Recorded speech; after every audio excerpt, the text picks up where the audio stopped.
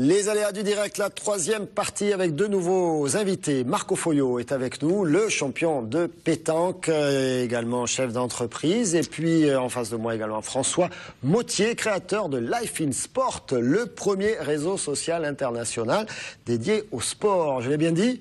Tout à fait. Allez, vous nous expliquez tout ça dans un instant. Et moi, je vous propose d'aller faire un tour à Nîmes. Demain démarre le festival de la biographie, un des grands rendez-vous littéraires de la région. Ça se passe au Carré d'Art. 40 000 visiteurs attendus, plus de 100 auteurs. Michel Cotta, Jean-Louis Debré, Mémona Interman, Boris Cyrulnik, Éric Nolot, le chroniqueur, ou encore Max Gallo. Il va se vendre beaucoup de livres dans le week-end sur Nîmes. On écoute un des organisateurs de cette belle manifestation à laquelle nous sommes associés, TV Sud, Christian Giraud.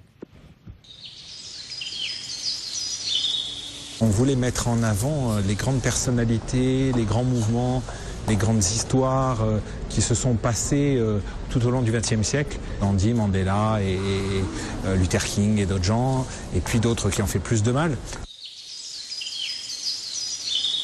On va croiser beaucoup de monde, d'abord les deux présidents, Jean Tullard et Michel Cotta. On va croiser Daniel Piccoli.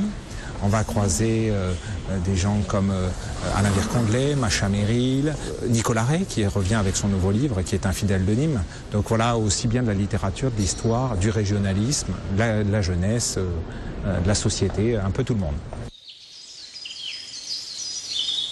Ce colloque commence par l'interview de Liao Yu, qui est ce dissident chinois qui sera là en France, qui est considéré comme un des plus grands auteurs au monde, et comme le plus grand auteur chinois, par le dernier prix Nobel de littérature, a dit pour moi c'est le plus grand auteur devant moi.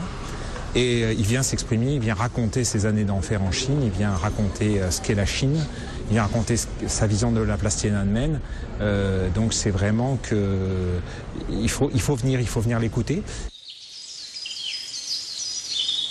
On a deux expositions, celle dont on parlait tout à l'heure sur l'espace. On rend hommage à la conquête spatiale et puis on fait un clin d'œil avec le Petit Prince, la Lune, etc. Et après on a une autre très grosse exposition sur justement les personnalités, les événements qui ont marqué le XXe siècle, mais aussi sur le métier de biographe. Il faut venir la voir parce qu'il y a des documents absolument fantastiques qui ne sont jamais sortis des coffres et qui seront là exposés. C'est le Musée des Lettres et Manuscrits de Paris qui nous prête cette exposition.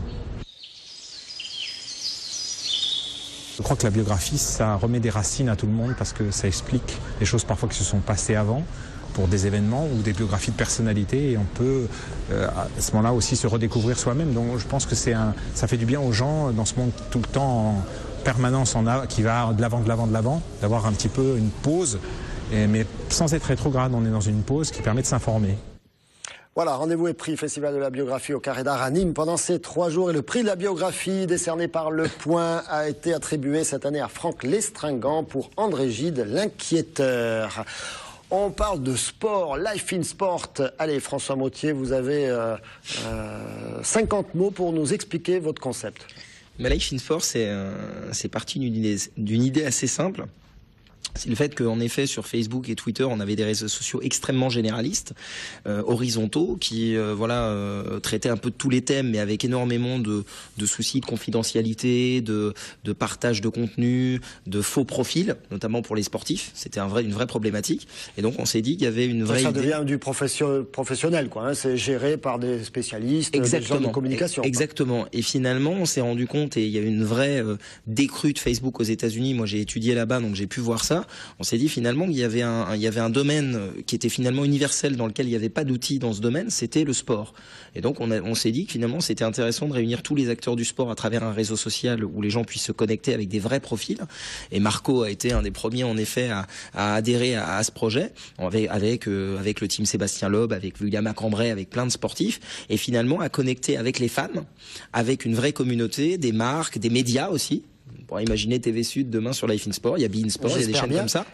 Et finalement, ça permettait de créer du lien, d'organiser des événements avec une communauté et surtout de monétiser différemment. C'est-à-dire d'éviter à ce que les sportifs, on le voit avec Cambrai et d'autres qui sont montpelliérains, qui sont sur Life in Sport, et Marco l'a compris tout de suite avec des sports très populaires comme la pétanque, que finalement il y avait un système vertueux à créer. Concrètement, comment vous empêchez des gens qui ne sont pas des sportifs d'entrer dans le système et finalement de recréer un espèce de grand Facebook? Alors finalement, nous, il y a deux choses. C'est-à-dire qu'il y a les sportifs qui sont validés, qui s'inscrivent en office officiels, avec des comptes officiels. Ça, c'est validé par des modérateurs et un back-end, donc tout est vérifié. Et ensuite, les autres s'inscrivent en passionnés. Donc, si par exemple ils essaient de s'inscrire en Roger Federer, ce qui arrive beaucoup sur Facebook, on ne les valide pas et on les désactive.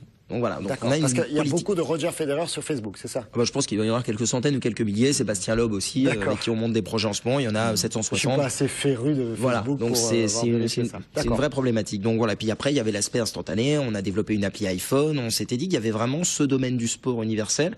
On est déjà en 9 mois à quelques dizaines de millions de pages vues, à des associations avec des grands de l'internet sur le shop. Notamment Marco est aussi pas mal investi là-dessus avec Price Minister. C'est quand même pas rien.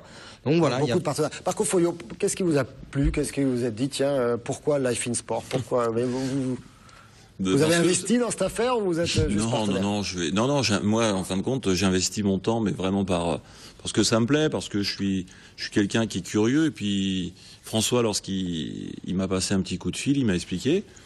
J'ai dit pourquoi pas, quoi. Puis dans le milieu de la pétanque, c'est vrai que ça dénote complètement, parce qu'on imagine toujours que la pétanque, c'est des vieux rabougris, enfin, etc., qui jouent. Non, la pétanque explose complètement. Hein. C'est 70 pays, c'est des millions de personnes qui jouent à la pétanque.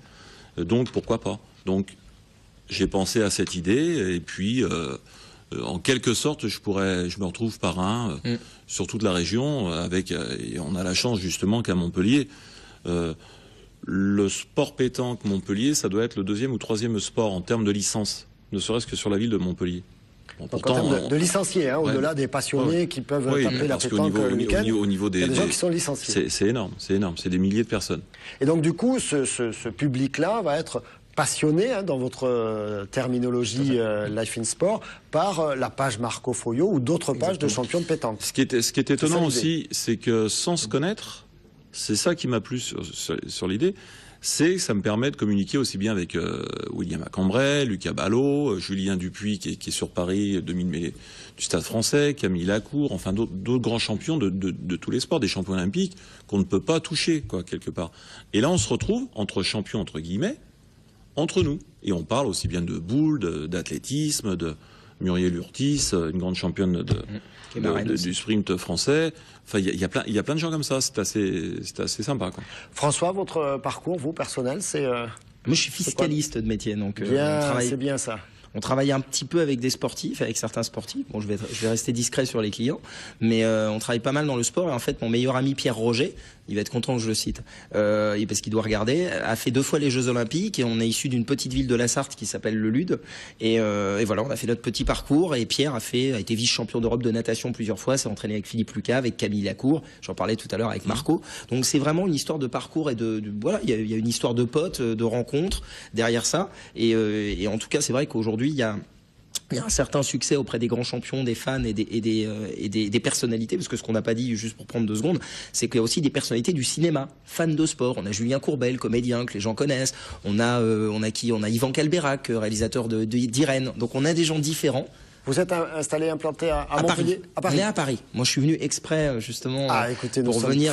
Mais non, moi, je suis fier d'être ici parce que déjà, je suis ravi parce qu'avec Marco, on s'était eu beaucoup au téléphone et on a des emplois du temps compliqués, donc on se rencontre avec Evelyne, que je peux citer quand même, Palamera, et puis on est en train d'essayer de développer des partenariats. Life in Sport, allez voir sur le web. On vous remontre une dernière fois une image de la page d'accueil de Life in Sport. Donc, si vous êtes grand sportif, vous pouvez ouvrir votre page et si vous êtes passionné, vous allez adhérer à tout ça. Merci beaucoup à tous. Merci à TV Sud, vraiment. Cette innovation. Très bonne soirée à tous sur TV Sud. Le jeudi, c'est le sport. Payad Hebdo, Croco Hebdo, l'avant-match. Et puis, dans un instant, le JT, le 22 minuit. N'oubliez pas, à 22h. Très bonne soirée à tous. Demain, Julien Lamussière pour les aléas du direct.